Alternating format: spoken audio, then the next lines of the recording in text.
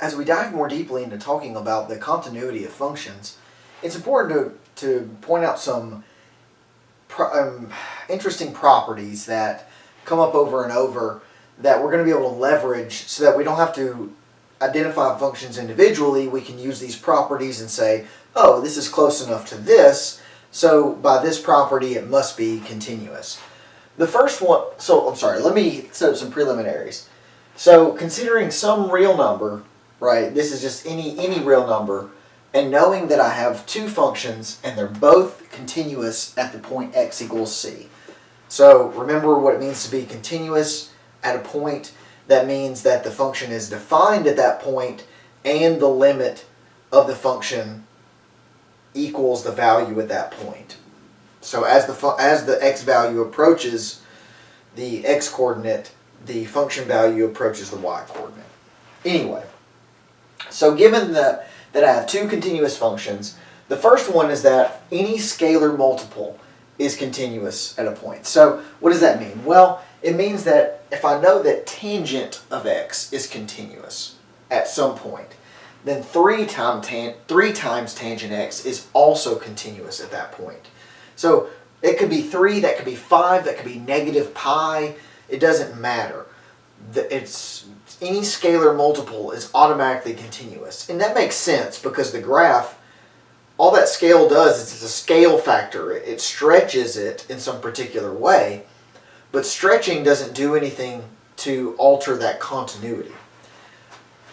Anyway, if f and g are continuous, then if you add them together or if you subtract them, that's also a continuous function. That's a really important result because what it means is that if I have a sequence of things added together, if I know each individual piece is continuous, I don't have to evaluate the whole thing.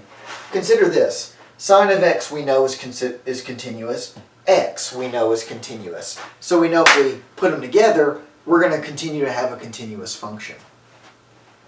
Similarly, the product, f times g, is continuous. So if I know that this is continuous, and I know that this is continuous, then I know that this monstrosity is also continuous. That's really nice because it means if I have this huge jumble of things multiplied together, I can still guarantee continuity by breaking it up into smaller pieces that are easier to kind of digest and understand. And finally, the trickier one is that f divided by g. So the quotient is continuous, but that's only in the case, or it's not true in the case that g is equal to 0 at that point. So a function can be continuous and hit 0. In fact, it could always be 0, and that's still a continuous function, just that flat line. But when you're dividing these functions, it can't be 0 because it's no longer in the domain of that function. So the function definitionally can't be continuous at that point.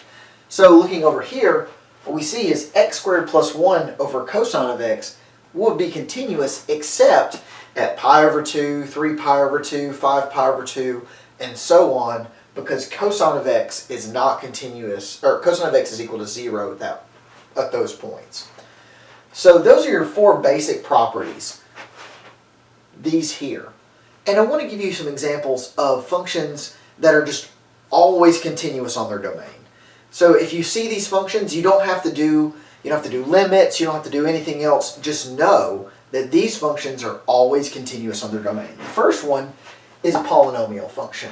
So polynomial functions, as you recall, is just some sort of number times x to a power plus another number times x to a power, and so on all the way down. And the powers are always natural numbers up to here, so they're non-negative integers. But anyway, so a polynomial function is continuous on its domain, and polynomials' domains are all real numbers. So for polynomials, there's no point at which they're not continuous. So they're very, very convenient functions. Rational functions are a quotient of 2 polynomial functions. Technically, you could extend that further, but generally speaking, when you hear rational functions, it means polynomial divided by polynomial. So those are continuous on their domain, but they're not necessarily continuous everywhere. Notice that in this case, if x is 0, then 15x squared is going to be 0. So 0 is not in the domain of this function, but everywhere but 0, the function is going to be continuous. radical functions. So in this case we have the cube root of x. Now the cube root of x, you may remember, has a graph that looks kind of like this. It kind of has that x cubed shape through the origin, and then going out to the sides it kind of it goes on to infinity and negative infinity. So its domain is all real numbers, and it's continuous at all points in its domain. However, if we look at the 1600th root of x, which is, a very, very large root, that 1600th root of x is continuous on its domain, but you can't put negative numbers into that because it's an even root. So it's continuous only on 0 to infinity. And finally, trigonometric functions. Sine, cosine, tangent, cotangent. So the first two are very convenient. Sine and cosine, those have a domain of all real numbers. They hit 0 at some points, but they're defined everywhere. So not only are they defined everywhere, they are continuous on that entire domain. So sine and cosine are very well behaved.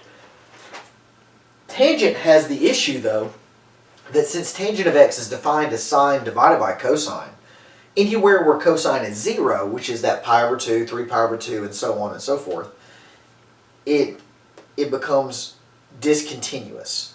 So what you'll have is these strips that are about pi in length where tangent is continuous. Similarly, cosecant and secant have the problem that they are the reciprocals of sine and cosine. So anywhere where sine and cosine are 0, secant and cosecant are not defined. But everywhere else, they're continuous. And finally, cotangent is a lot like tangent. It's cosine over sine instead of sine over cosine. So it also has those pi length strips, but it has a flipped behavior. So it is very similar to tangent, though.